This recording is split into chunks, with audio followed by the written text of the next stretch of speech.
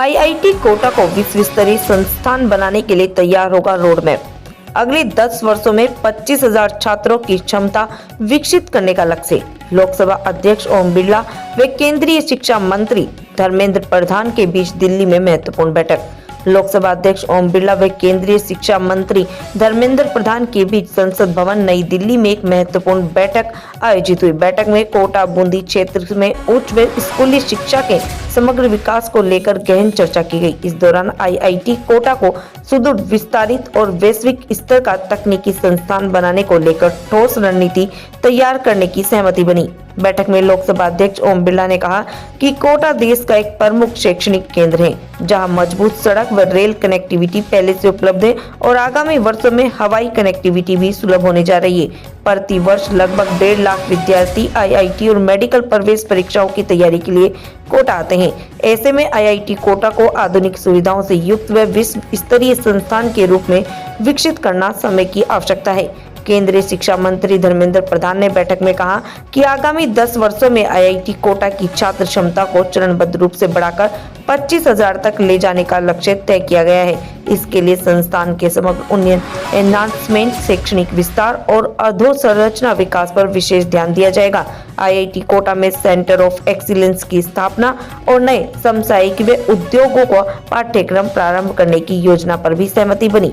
बैठक में ये भी निर्णय लिया गया कि आईआईटी कोटा को आर्टिफिशियल इंटेलिजेंस, ग्रीन एनर्जी और वैश्विक रोजगार बाजार की मांग के अनुरूप भविष्य में उन्मुख पाठ्यक्रमों का प्रमुख केंद्र बनाया जाएगा। इसके अंतर्गत एआई आधारित सेंटर ऑफ एक्सीलेंस, ऊर्जा अध्यापन, पंप स्टोरेज, एटॉमिक स्टडीज और जैसे क्षेत्रों में नए शैक्षणिक पहल शुरू की जाएगी। चंबल नदी क्षेत्र की प्राकृतिक समृद्धि और रावत भाटा में स्थित परमाणु ऊर्जा संयंत्र को ध्यान में रखते हुए कोटा को तकनीकी ऊर्जा आधारित शिक्षा के लिए अत्यंत उपयुक्त क्षेत्र बताया गया। इन सभी भावनाओं को मद्देनजर आईआईटी कोटा को देश की एक आदर्श तकनीकी संस्था के रूप में विकसित करने का लक्ष्य तय किया गया। इस दिशा में केंद्रीय शिक्षा मंत्री ने एक विशेष समिति के गठन के निर्देश दिए, जो 1 माह के भीतर अपनी रिपोर्ट प्रस्तुत करेगी।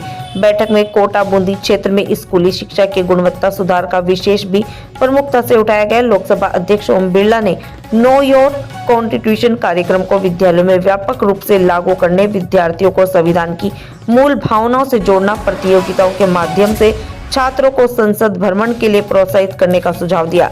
इसके साथ ही पीएम विद्यालयों की संख्या बढ़ाने, राजस्थान के लिए केंद्रीय शिक्षा सहायता बढ़ाने और गुणवत्तापूर्ण शिक्षा के विस्तार पर चर्चा की गई।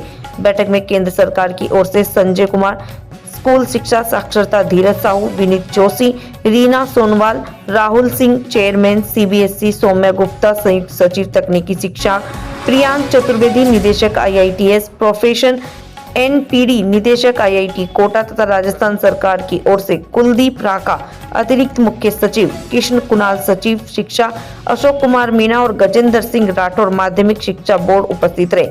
लोकसभा अध्यक्ष के ओएसडी राजीव दत्ता एवं लोकसभा के संयुक्त सचिव गौरव गोयल भी बैठक में शामिल रहे।